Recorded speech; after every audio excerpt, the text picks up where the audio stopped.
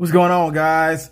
I'm back with another one, and I just watched a movie called Guardians of the Galaxy Holiday Special, starring Dave Bautista, Palm Clemente, I don't know if I said that right, and Kevin Bacon. Yeah, Kevin Bacon's in here. You'll see. You'll see. First of all, since there are a few characters in this special that I've always enjoyed throughout the years, I gotta come to you with my favorite MCU superheroes. Now, it doesn't include the comic books or any cartoons or anything else dealing with that. It's only the MCU adaptation. All right? Keep that in mind. My first one. It's not a top 10 either. My first one. Captain America. Yes, Captain America. Love it or hate it, okay? Every time I bring this up, people just despise the fact that he's one of my favorites. All right? Now, honestly, when the comic books were coming out, and everything, and he was in those. I first saw him in that situation. I really did not care a lot about him. All right, he was very corny, very cheesy character. All right, there was no appeal to him. MCU helped out a lot with that. Okay, I already knew he had heart. I already had more heart than a lot of the group. Okay, the guy that'll jump on a bomb for anybody, call it stupid. Call it dumb if you want to.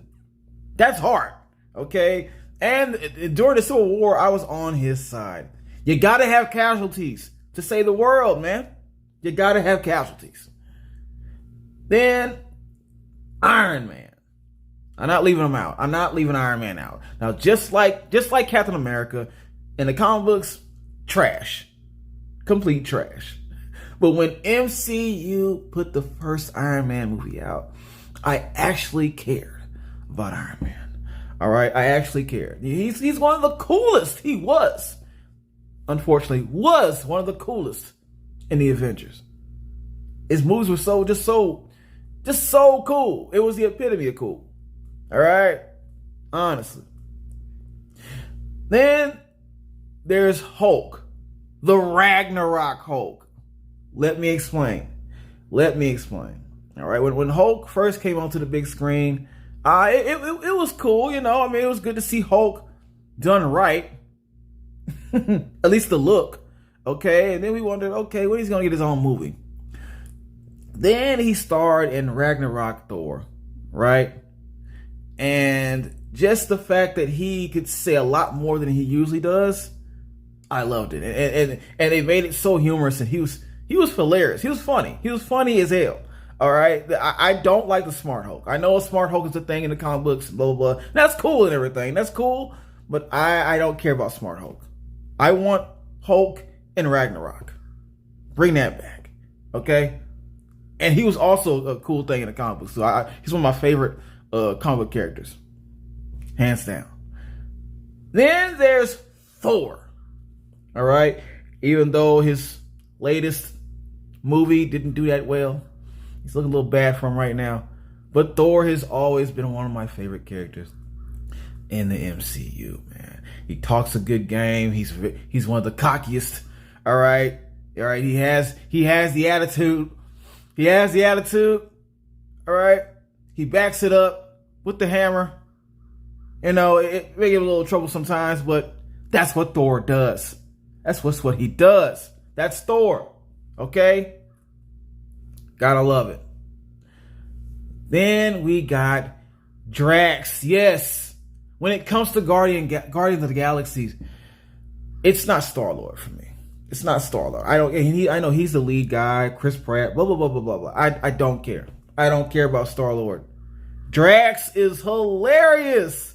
He's so entertaining. Just the fact that he says things that he doesn't think about before he says it.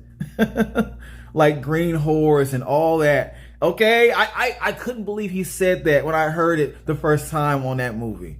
I couldn't believe my ears that he said this on a Disney movie. So ever since, he's been my favorite within the group of Guardians. All right. Because my second favorite from that group, Rocket the Raccoon. Another one who speaks his mind at 1,000 miles per minute, per second, maybe. All right. He has no filter, just like Drax. All right. He's running his mouth. He's also keeping me entertained through a lot of the Guardian of the Galaxy movies. There's only 2. I'm seeing a lot for. But still, I like that character. Raccoon is where it's at. Then we have Okoye. Now, I mentioned her a lot in the last review for the Black Panther. Okay? Yes.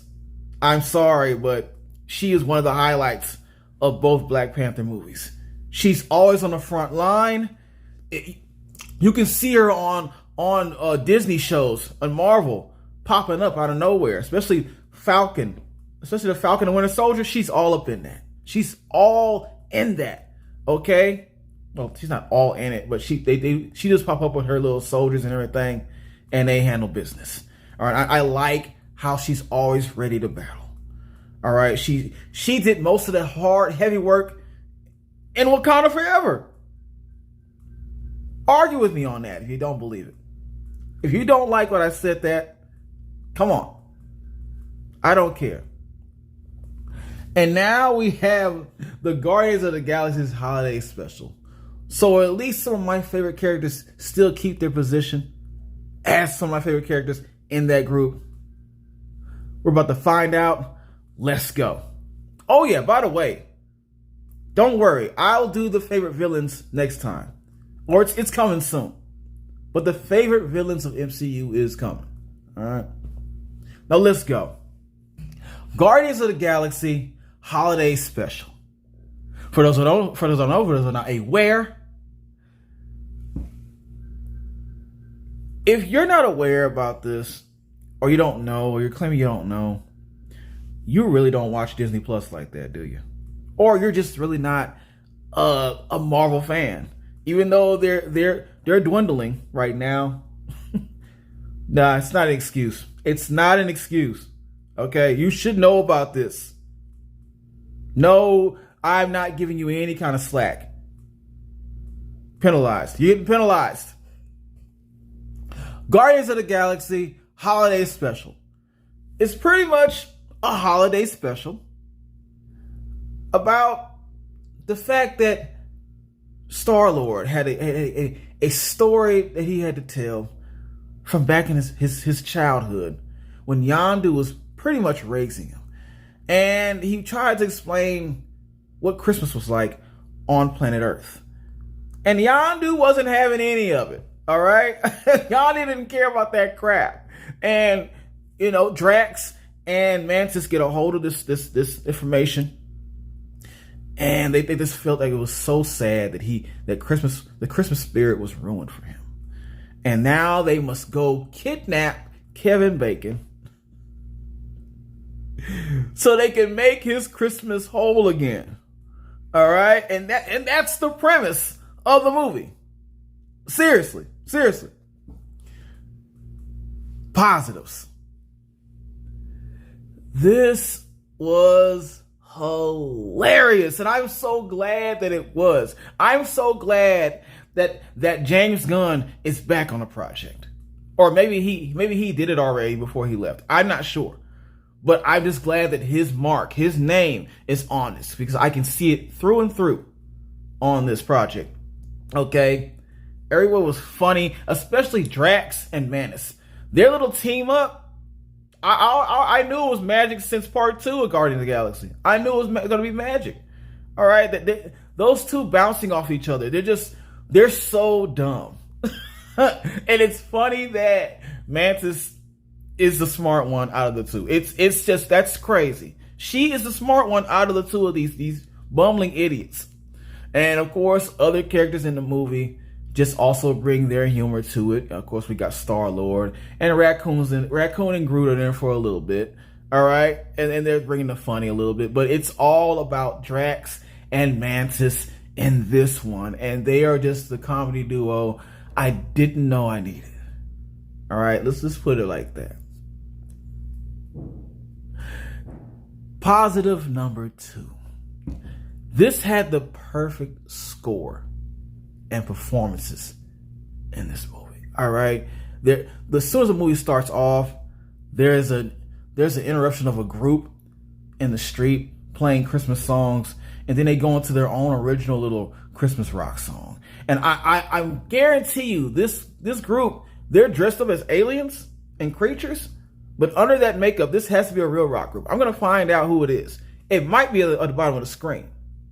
Might be. You'll see. Also, dealing with music, there's also a song by Smashing Pumpkins, and you know what I think about Smashing Pumpkins, all right? They used to be one of my favorite rock groups. Still are. I never heard them do a Christmas song, but there's a Christmas song in this movie from them at the end, all right? And that was amazing. No movie has ever put this song in their movie. They've never done this. So I'm wondering, is this a song made for the movie? Or did they already have this song out a long time ago? Because I've never heard of this song. I never knew it existed. Come on, Smashing Pumpkins. Y'all were holding back. You made a good Christmas song. Amazing. Another positive. This actually focused more on Mantis. Let me explain why that's a good thing. Even though she's not one of my favorite characters in this group, she's an interesting one. All right. Also in the comic books, anyway. She's an empath, right? So I've always had an interest in empaths, anyways. I feel I kind of am. I don't know. I kind of am an empath naturally. But the way she's focused on in this movie, I don't know if I should even say it. There's a connection between her and Starlord. That's not my thing about this. It's just the fact that you get to explore this character a little more in depth. You get to know her a little better than usual. She gets a lot more screen time, and it actually works. It actually works. I was not mad at that idea. Okay, getting to know who she is and that she's actually a person, kind of, and she has feelings. Well, we can't run from that. She's an empath. But besides that, she has thoughts, and she actually knows how to plan something in her own way, I guess. Let's not congratulate that too much. But it was just good to know her character. All right. Last positive. The flashbacks were extremely heartwarming. All right. Now, I don't want to get too mushy or too nothing like this, but they did it in the right way where it wasn't too cheesy. It wasn't cheesy like Violet Night and the relationship between the little girl and Santa. It wasn't like that. All right. This actually felt like it was warranted, like it was needed in the movie. And it was, as a beginning and a means to an end. You'll see when the scene comes up. But let's just say there's a flashback about Yondu not believing in Christmas and not, blah, blah, blah, blah, blah, blah. Okay. That was powerful within its own. And I was like, oh man, I'm not surprised that Yondu did this. This is Yondu we're talking about. But then something later on just kind of restored my faith in the fact that, Yondu has a soul. He actually has a soul. Or he had a soul. It's gone now, but he had a soul. That's cool. Still don't care about Yondu's death, but yeah, it's still cool. Okay. All right. Positives. Saying that Mantis was a good focus in this movie doesn't mean that I was a big fan of the connection between Mantis and Starlord. All right. As you know, like I said earlier, there is a connection. I cannot say because that would spoil everything. But there's a reason that she feels like she has to get Kevin Bacon. to Starlord. It has to make Starlord's Christmas worth something. And it's a lot of things stacked on top of that. And it's just all on her shoulders that she must bring this home. She must do this. And that reason is so, I feel like it's forced. Is this a thing in the comic books? I have to ask, is their connection also a thing in the comic books? Because if it's not, y'all just pulled that out of your butt. You pulled it out of your ass, all right, and you put it in here. And that's what you got. That's what you got. Nah, I don't know. I don't like if it was made up off the dome. I don't like that. I don't like how that was implanted into the little storyline, because now we're gonna have to roll with that whole connection throughout the entire series of films. Another negative. Where is Gamora? Where's Gamora at? Okay, now we saw her in the ending games. I'm sorry, the ending games, and it was her clone or another multiverse of her. All right, it wasn't actually her because she's dead, but it was like another version of her. Where is she? Did she just run off? Did she not stay with the group? This also bothered me in Thor, Thunder and Love. Where was she at Thor, Thunder and Love? She was nowhere to be found. She's missing in action, and I don't understand why. Please bring up, as an actress, does she have an issue? Is there an issue with the actress? That's a big question I had to ask. And I was like, I just doesn't feel right without Gamora. Even though, once again, she's not one of my favorite either. Good warrior, good fighter, but she's not one of my favorites. But I still need the entire group to attend. Okay? Last negative.